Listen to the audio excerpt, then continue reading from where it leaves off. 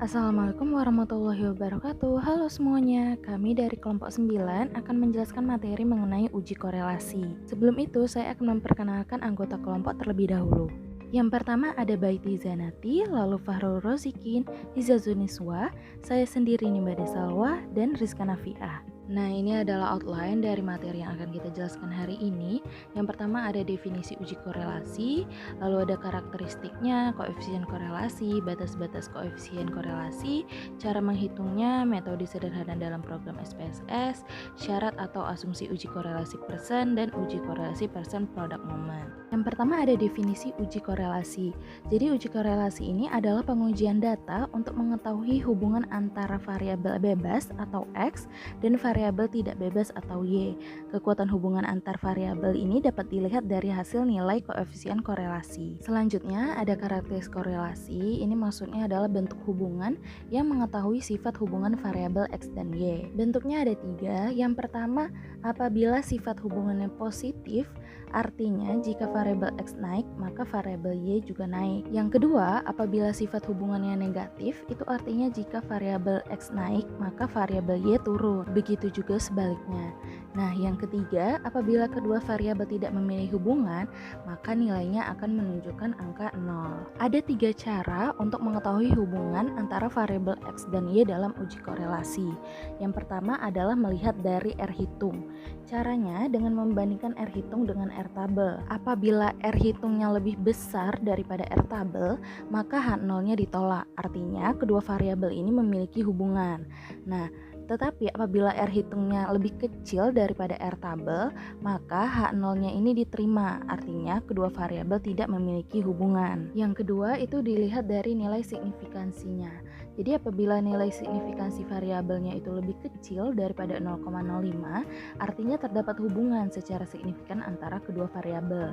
Namun apabila dia lebih besar daripada 0,05, itu artinya tidak terdapat hubungan yang secara signifikan antara kedua variabel. Dan yang ketiga itu melihat dari nilai percent correlation. Jadi apabila nilainya sama dengan 0, maka kedua variabel tidak terdapat hubungan. Sebaliknya, apabila nilainya tidak sama dengan 0, maka kedua variabel terdapat hubungan. Oke, selanjutnya adalah koefisien korelasi. Jadi yang pertama ada mengenai arah hubungannya. Sama dengan karakteristik tadi, jadi kalau tandanya bertanda negatif, itu berarti variabel X-nya naik dan variabel Y-nya turun. Atau sebaliknya, jadi dia tuh berlawanan arah seperti itu. Kalau tandanya positif, berarti dia satu arah. Jika X-nya naik, maka Y-nya juga naik. Selanjutnya itu mengenai kekuatan hubungan. Jadi dalam uji korelasi, penentuan kuat atau lemahnya suatu hubungan ini dapat dilihat dari nilainya itu mendekati angka berapa. Nah, jadi kalau nilai yang didapatkan itu mendekati angka 1 atau min 1, itu berarti hubungan variabelnya kuat. Namun kalau nilai yang didapati itu mendekati angka 0, maka kedua hubungan variabelnya ini dapat dikatakan lemah. Jadi ini ada tabel-tabel batas koefisien korelasinya, dapat dilihat ada nilai korelasi sampel dan tingkat hubungannya. Jadi seperti yang pertama itu ada 0,00 sampai 0,199, itu berarti tingkat hubungannya sangat rendah. Begitu juga seterusnya sampai terakhir ada 0,80 sampai 1000, itu berarti tingkat hubungannya sangat kuat. Lalu di bawahnya ini ada rumus yang dapat digunakan untuk menghitung koefisien korelasi. Ada 3 metode sederhana dalam program SPSS yang dapat digunakan untuk uji korelasi. Yang pertama ada percent product moment correlation, lalu ada Kendall-Stauby, dan yang terakhir ada Spearman. Nah, kali ini kita akan memakai uji percent product moment correlation, yaitu salah satu dari beberapa jenis uji korelasi yang digunakan untuk mengetahui derajat keeratan hubungan dua variabel yang berskala interval atau rasio. Sebelum masuk ke dalam penggunaan SPSS, saya akan menyebutkan apa saja syarat atau asumsi uji korelasi percent. Yang pertama itu variabelnya bersifat linear atau searah. Lalu yang kedua, sampel yang digunakan dipilih secara acak. Yang ketiga, datanya harus berdistribusi normal. Yang keempat, skala ukur datanya itu interval dan rasio. Dan yang terakhir, datanya bersifat homogen. Berikut adalah langkah-langkah untuk uji korelasi. Yang pertama ada langkah-langkah uji normalitas, lalu uji linearitas, Dan yang terakhir, uji hipotesis. Selanjutnya adalah penggunaan SPSS yang akan dijelaskan oleh Hizazun Niswah. Assalamualaikum warahmatullahi wabarakatuh. Halo teman-teman, perkenalkan, saya Hizazun Niswah, perwakilan dari kelompok 9 IKMB 2019. Pada kesempatan kali ini, saya akan melakukan uji korelasi person-product moment menggunakan aplikasi SPSS, di mana saya akan melakukan pengujian hubungan antara ansitas dengan depresi pada mahasiswa FKM Unsri.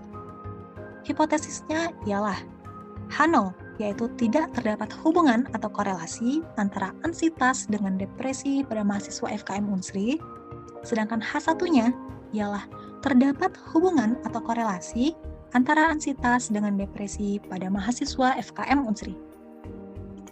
Nah, di sini kita sudah memiliki dua buah variabel, yaitu ansitas dan juga depresi.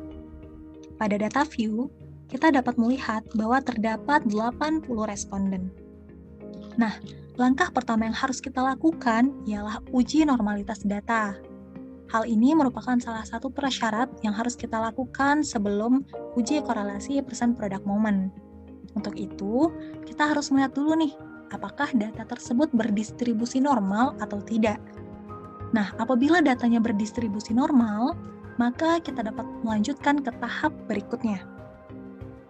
Langkah untuk melakukan uji normalitas data ialah klik Analyze, lalu arahkan kursor pada Descriptive Statistic, dan klik Explore.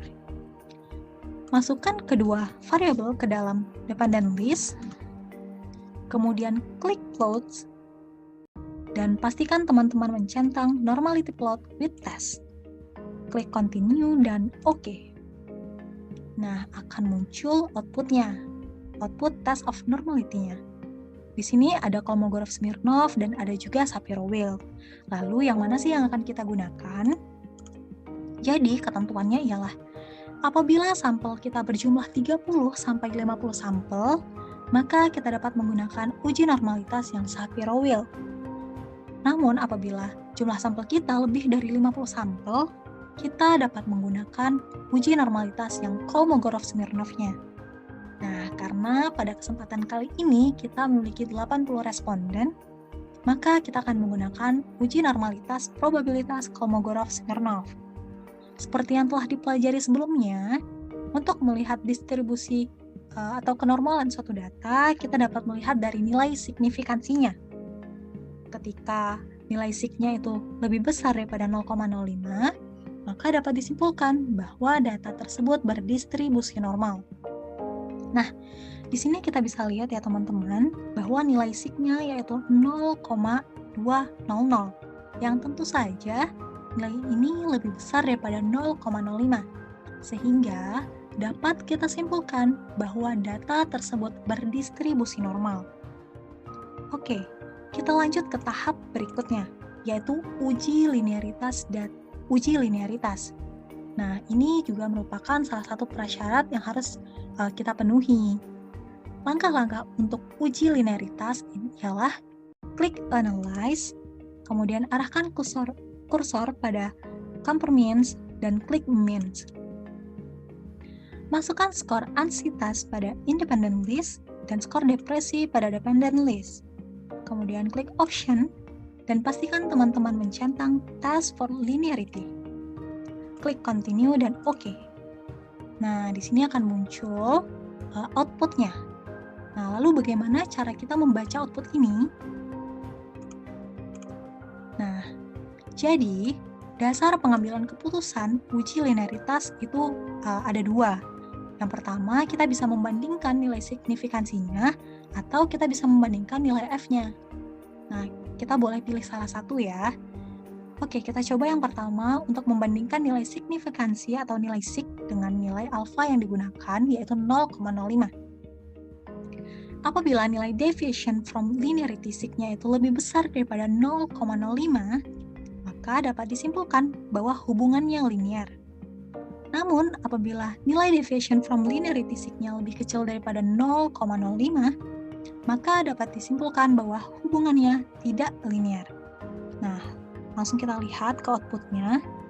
nilai SIG-nya yaitu 0,309. Yang tentu saja nilai ini lebih besar daripada 0,05. Sehingga dapat kita simpulkan bahwa hubungannya linear. Nah, teman-teman juga bisa menggunakan nilai F dengan cara membandingkan nilai F hitung dengan F tabel. Nah, di sini kita dapat melihat nilai F-nya yaitu 1,169. Lalu, bagaimana sih cara melihat nilai F tabelnya? Kita dapat menghitung nilai F tabelnya menggunakan aplikasi Excel. Caranya ialah teman-teman klik, kemudian ketik sama dengan FINV, kemudian klik 2 kali. Nah, lalu teman-teman masukkan nilai alfa yang kita gunakan, yaitu 0,05. Kemudian, masukkan nilai DF1 yang kita peroleh dari deviation from linearity, yaitu 29. Kemudian, kita masukkan nilai DF2 yang kita peroleh dari within groups, yaitu 49. Kemudian, kita klik enter. Nah, di sini kita sudah memperoleh nilai F tabelnya. Kita selanjutnya akan membandingkan nilai F hitung dengan nilai F tabel. Nilai F hitung kita yaitu 1,169, sedangkan nilai F tabel 1,69888. Tentu saja, kita dapat melihat ya teman-teman, bahwa nilai F hitung itu lebih kecil daripada nilai F tabel, sehingga dapat disimpulkan bahwa terdapat hubungan linear antara kedua variabel. Nah, karena telah memenuhi kedua persyaratan, kita bisa lanjut nih ke tahap berikutnya. Nah, tahap berikutnya kita akan melakukan uji hipotesis untuk uji korelasi percent product moment. Langkah-langkah yang dapat kita lakukan ialah klik analyze, kemudian arahkan kursor pada correlate, dan klik bivariate. Masukkan kedua variables ke kolom variables. Nah, kemudian teman-teman pastikan yang tercentang adalah percent, totile, dan flag significant correlation. Klik OK. Nah, di sini akan muncul outputnya. Lalu bagaimana sih cara kita membaca output dan cara menginterpretasikannya? Nah, seperti ini. Dasar kriteria pengambilan keputusan dan kesimpulan. Yang pertama, kita dapat membandingkan nilai signifikansi atau sig totile-nya dengan nilai alfa yang kita gunakan, yaitu 0,05. Atau kita juga dapat membandingkan nilai R hitung dengan R tabel. Nah, selain kedua ini, kita juga bisa melihat nih arah hubungannya. Apakah satu arah atau berlawanan arah, apakah positif atau negatif. Kemudian kita juga bisa melihat kekuatan hubungannya. Oke, untuk pengambilan keputusan dan kesimpulan, kita pertama menggunakan sig dulu ya teman-teman. Kita coba membandingkan nilai sig-nya. Nah, di sini teman-teman bisa melihat nilai sig totile-nya yaitu 0,000. Yang tentu saja nilai ini lebih kecil daripada 0,05. Sehingga dapat diputuskan bahwa H0-nya itu ditolak. Atau kita dapat menyimpulkan yaitu terdapat hubungan atau korelasi antara ansitas dengan depresi pada mahasiswa FKM Unsri. Nah, selain itu kita juga bisa membandingkan nilai R hitung dengan R tabelnya. Caranya, kita lihat nilai R hitung. Nilai R hitung itu sama dengan nilai percent correlation, yaitu 0,836. Lalu dari mana sih kita mengetahui R tabel? Kita bisa melihat pada gambar tabel berikut. Oke, karena kita menggunakan alfa 0,05, maka kita akan fokus kepada tabel yang ini, dan kita cari angka 80, karena jumlah sampel kita ialah 80. Nah, teman-teman bisa melihat di sini, yaitu nilai R tabelnya 0,2172. Mari kita bandingkan dengan output. Nilai R hitung kita 0,836, sedangkan nilai R hitung ialah 0,2172. Sehingga kita dapat melihat nih, bahwa ternyata R hitungnya lebih besar daripada R tabel. Sehingga H0-nya ditolak atau dengan kata lain H1 yang kita terima. Sehingga kesimpulannya, terdapat hubungan atau korelasi antara ansitas dengan depresi pada mahasiswa FKM Unsri. Nah, sudah dapat keputusan dan kesimpulan. Kita juga dapat melihat arah hubungannya. Nah, teman-teman bisa melihat dari nilai R-nya. Di sini positif ya, teman-teman. Kemudian, kalau positif berarti artinya kalau seandainya variabel X naik, maka variabel Y juga naik. Dengan artian, ketika ansietasnya naik, maka depresinya juga akan naik karena hubungannya itu satu arah. Selain itu, kita juga bisa menilai nih kekuatan hubungannya dengan melihat nilai percent correlation atau nilai R-nya juga. Karena nilai R kita yaitu 0,836 dan itu berada pada rentang 0,80 sampai 1, artinya kedua variabel ini memiliki hubungan yang sangat kuat. Baik, itulah yang dapat saya sampaikan. Lebih dan kurangnya mohon maaf, saya kembalikan ke Salwa. Baiklah, yang terakhir saya akan memperlihatkan hasil, output, dan interpretasinya. Ini adalah hasil dari uji normalitas, ini adalah hasil uji linearitas, ini adalah output yang dihasilkan, dan ini adalah interpretasi dari output yang dihasilkan. Nah, ini adalah daftar pustaka dan referensi yang kami gunakan dalam membuat materi. Demikian materi yang kami jelaskan, kurang lebihnya mohon maaf. Wassalamualaikum warahmatullahi wabarakatuh. Terima kasih.